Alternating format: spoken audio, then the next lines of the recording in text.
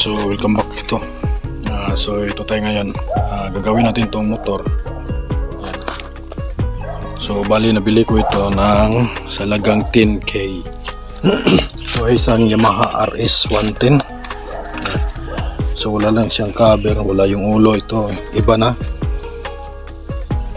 Palitan ko ng ulo. Then wala yung dito niya. Pero hindi pa ito yung final na ikakabit natin, siyempre. Hanapan pa natin yan ng paraan. Siguro bila natin ng bagong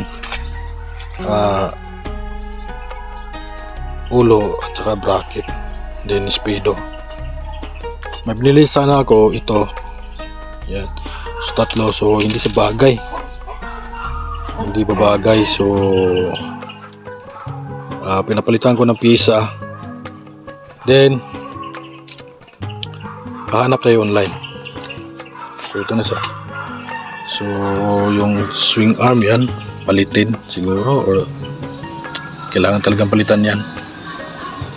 So nabili ko nga pala ito na sa halagang 10K.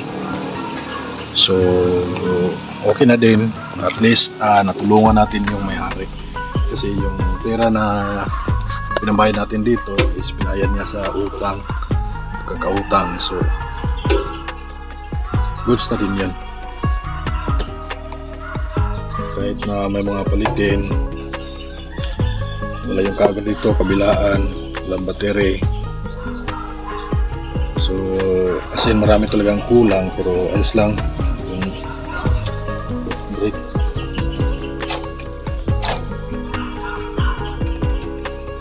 So yun, subukan natin itong i-build. Pero kung merong mag-sponsor dyan, ng mga pisa, ng mga parts, so willing tayo tumanggap. Yan, so willing tayo tumanggap. So sa makina naman niya, okay naman yung andar. Then sa wiring, yung ilaw, yan, wala na siyang signal lights.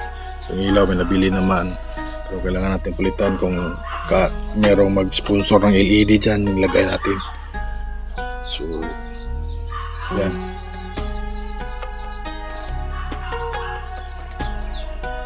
So abangan nyo na lang, build natin to. Alright.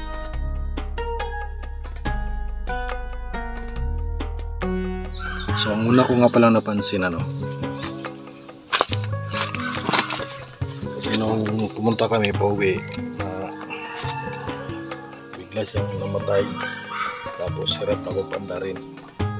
So dito sa tangke, kung buksan, kung hina ng alas. So may gasolina yan.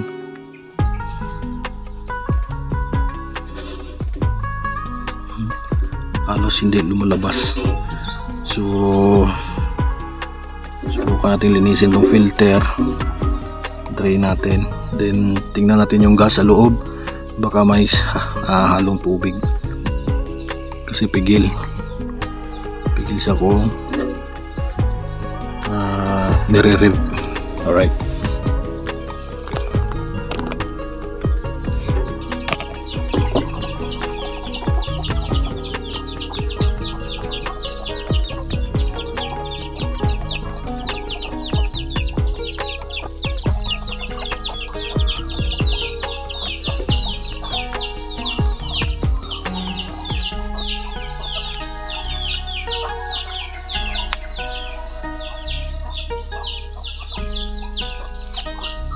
So confirm mga idol, yan may mga tubig talaga.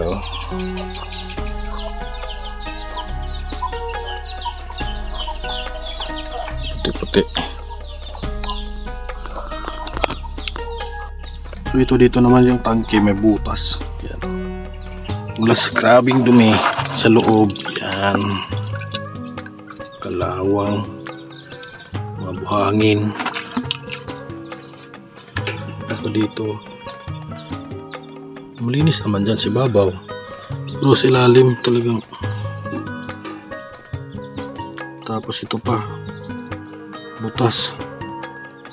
So ano kayang pwede natin gawin dito?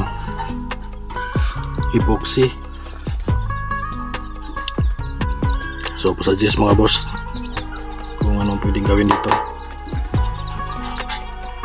dyan, ano. Alright.